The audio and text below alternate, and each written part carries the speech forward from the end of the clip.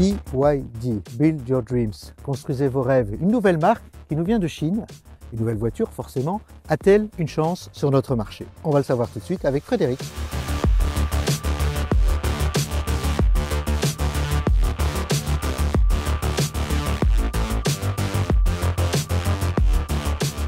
Bonjour Frédéric. Salut Olivier. Alors BYD Atto 3, quand je regarde la voiture, ça va au niveau du design. C'est pas un copier-coller de ce qu'on connaît, il y a quand même un petit cachet particulier. Oui, c'est ça. D'ailleurs, ils sont fiers de le dire, hein, c'est mis ici, BYD Design. Maintenant, bon, on a un petit crossover compact. Il y a quand même quelques inspirations d'autres modèles. Si on regarde brièvement la face avant, on pourrait y voir quelques airs de Honda CR-V ou HR-V par exemple. Au niveau des proportions, il n'y a pas de surprise. Au niveau de l'arrière, par exemple, le petit montant en aluminium, là, ça fait penser un peu à ce que Cupra a fait pour la borne. Mais de manière générale, le style est équilibré, très classique. Au premier regard, on ne voit pas que c'est une électrique dans les proportions. Et on a une voiture qui donne assez bien, surtout dans une couleur comme celle-ci. D'ailleurs, en parlant de couleur, ils n'ont pas fait simple, ils n'ont pas fait compliqué non plus. C'est 4 couleurs. Donc... Et c'est toujours couleur unie, pas de toit noir avec... Non, ici tu as le choix, c'est du bleu, du rouge, du gris, du noir. Ok, c'est assez simple. Je remarque aussi le toit qui descend assez fort. Je suppose que c'est pour des raisons aérodynamiques où ils ont cherché à avoir... Il y a un peu d'aérodynamique là-dedans, on s'en rend compte parce que la casquette ici est assez allongée, bien marquée. Maintenant c'est aussi pour donner un petit côté un peu dynamique à la voiture. Il ne faut quand même pas trop se tromper, c'est accentué par la ligne de ceinture de caisse ici qui remonte par rapport au toit, mais dans l'absolu on est quand même sur un crossover qui est assez classique dans les proportions. Alors je jette déjà un petit coup d'œil à l'intérieur parce qu'on le verra tout à l'heure, mais ça a l'air bien aussi, bien fini à l'intérieur aussi. À l'intérieur c'est assez sympa, il ne faut pas oublier qu'ils se prétendent premium, donc il y a quand même un certain niveau d'exigence. Le style est intéressant, avec un petit côté presque nautique, l'univers nautique de la mer dedans, ce qui va bien avec la couleur bleue ici. Mais de manière générale, c'est soigné, c'est différent de ce à quoi on est habitué dans les marques européennes ou même coréennes. Donc il y a quand même une certaine personnalité, quoi.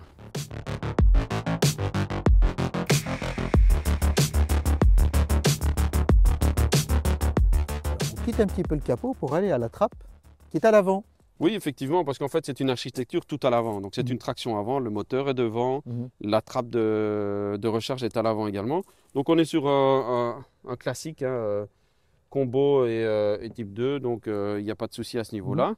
En termes de performance, par contre, ce n'est pas extraordinaire. C'est-à-dire qu'en courant continu, on est 88 kW, c'est pas exceptionnel. Ouais, c'est pas exceptionnel. Et même le chargeur embarqué, si tu veux recharger chez toi sur ta prise, ou sur une borne à la maison, c'est maximum 7,4. Donc il ne faut pas investir dans une borne 22 kW. Non, ça ne servira à rien avec une voiture comme celle-ci. Donc voilà un petit peu. Et le temps de charge, toi qui l'as déjà testé? Temps de charge, donc il faut compter, en une demi-heure, tu passes de 30 à 80% si tu recharges au maximum. À la maison, c'est presque 10 heures de recharge pour passer de 30 à 80%, donc c'est un peu beaucoup. Mais c'est peut-être le principal bémol pour ce modèle ici. Parce que pour le reste, je veux dire, elle est tout à fait compétitive par rapport aux concurrentes européennes ou coréennes, quoi.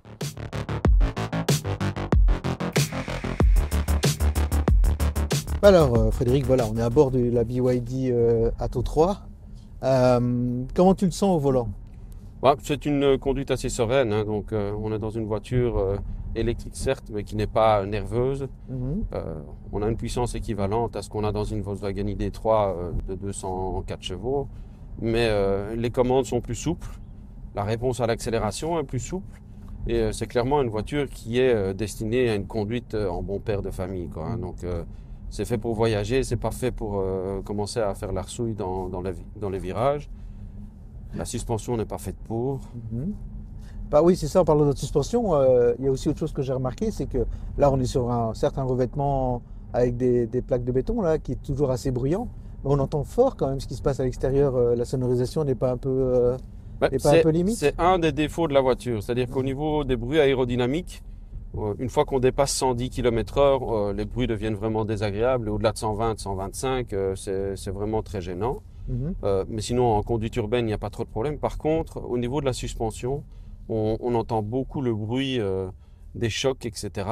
On sent à la conduite, on sent que la voiture est un petit peu limite en détente au niveau des suspensions, et ça s'entend. Donc ça peut être un peu désagréable.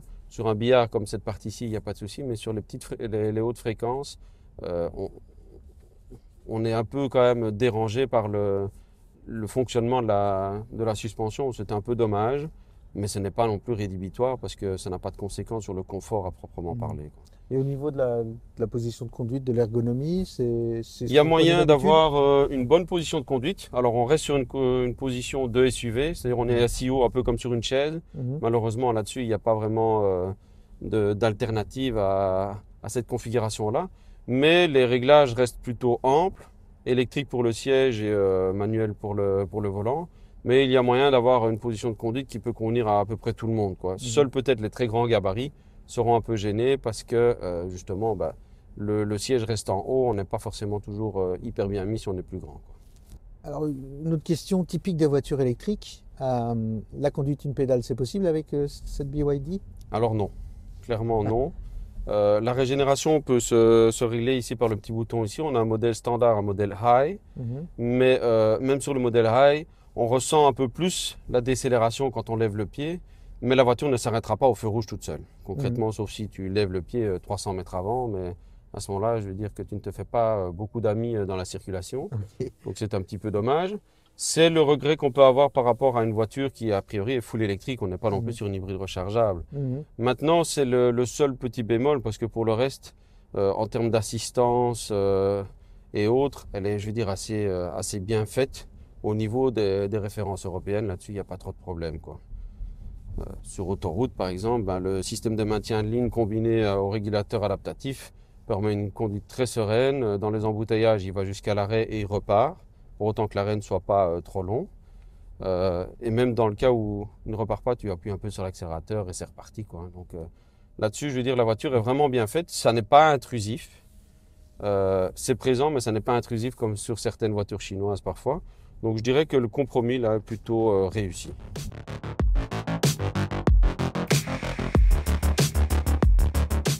Alors ça me fait penser à un sélecteur de poussée d'un avion. C'est un peu original hein, comme design. Oui, c'est sympathique, ou on peut aussi le voir comme une manette d'accélérateur dans un bateau, parce que quand tu regardes un peu le style intérieur, on est un peu dans le nautisme, presque dans la baleine Ouais. stylisée, tu vois, dans les Ou le coloris. coquillage Oui. ou le sable Donc il y a quelque chose marée d'assez basse. fluide. Mhm.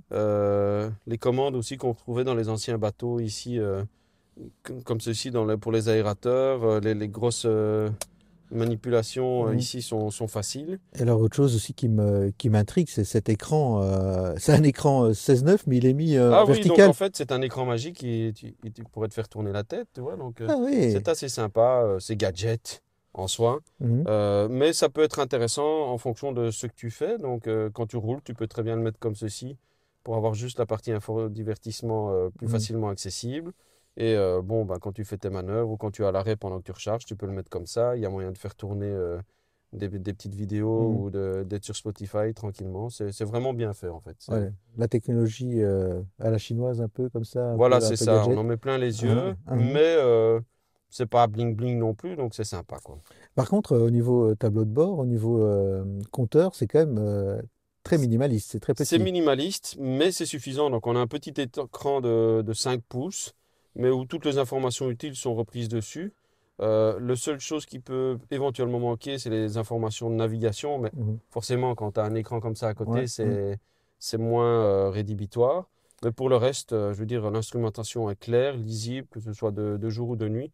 C'est bien fait. Et au niveau du confort, on est bien assis dans cette voiture ou... Alors, on est bien assis, de façon assez surprenante. Les sièges sont très confortables et offrent un bon maintien. Mhm. Seul petit bémol, c'est les mousses qui sont peut-être un petit peu trop peu denses. Mhm. Et donc, à mon avis, sur la durée, ça peut induire un peu de fatigue.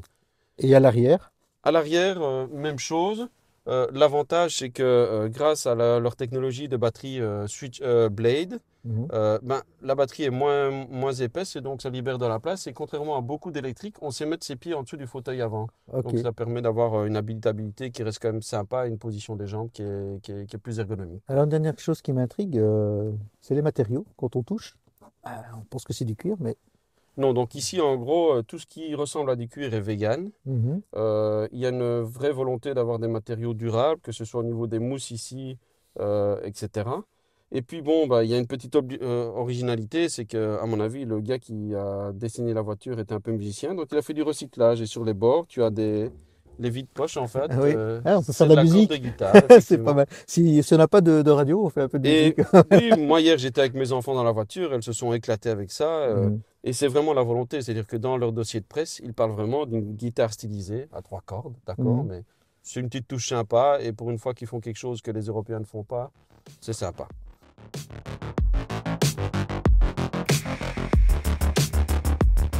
Comme c'est une voiture chinoise, niveau prix, je m'attends à une bonne surprise. Alors, surprise, il y aura, bonne, ça reste à déterminer. C'est Ah, quand tu même me une fais marque, peur, tu me fais peur là. c'est quand même une marque qui se prétend, qui a des prétentions de premium. Mhm. Et bon, si on regarde ce qui se fait en premium, la concurrence, c'est quoi? C'est un Volvo XC40 qui est à 52 000 euros, Mhm. un Mercedes EQA qui est à 58 000 euros. Mhm. Ouais, Et ça si fait on déjà prend mal, quelque ça. chose qui est généraliste, une VW ID3 ou une Kia Niro, qui est sa concurrente directe, on est plutôt aux alentours des 45 000 à 47 000 euros. À ton avis, où est-ce qu'elle se situe? Ouais, je dirais au niveau de la Kia peut-être. Oui, elle est même un peu plus chère. Donc Mhm. ici, on est à Ah oui. 46 740 euros pour être Mhm. précis. Mhm. Il n'y a pas d'autre prix puisqu'il n'y a qu'une seule version disponible, très bien équipée. Mhm. Mais bon, voilà, on est directement dans une voiture qui est directement opposée à ses concurrentes, même au niveau du prix, Et, avec quelques bémols tout de même dont on peut parler, hein. Donc la capacité de recharge, mhm. la valeur résiduelle ou de revente, quel est le service après-vente derrière. En termes de garantie, c'est bien. Mhm. Ils sont plutôt bons élèves, hein, 4 ans ou 120 000 km sur le véhicule, 8 ans, 200 000 km pour la batterie. Ouais, 200 000 Donc km pour la batterie, là-dessus, bonne. c'est quand C'est même, d'accord. ils sont Mhm. confiants dans leur Oui, technologie, oui. Mhm. ce qui est normal, hein, ils Mhm. font partie des leaders mondiaux Mhm. dans ce domaine-là. Mais voilà, ça reste quand même un sacré montant pour une voiture qui n'a encore aucune image de marque. Par contre, au niveau du service, ce qui me rassure, c'est que l'importateur, c'est quand même une grande maison. C'est quand même celui qui importe aussi Toyota et Lexus. Donc, je pense que BYD a quand même choisi des bons partenaires sur nos marchés. Oui, c'est ça. En termes de service, ils ont fait les choses bien. Mhm. Ils sont en accord avec leurs prétentions premium là-dessus. Mhm. Pour un marché belge qui est assez exigeant dans ce domaine-là, on va dire ils ont trouvé le bon partenaire. Maintenant, il y a toujours cette réticence par rapport aux Chinois Mhm. et se dire payer le même prix que pour une Coréenne ou une Européenne. Qui sont les gens qui vont franchir le pas, on verra bien, mais pour le particulier, c'est pas forcément un choix évident, quoi. Voilà.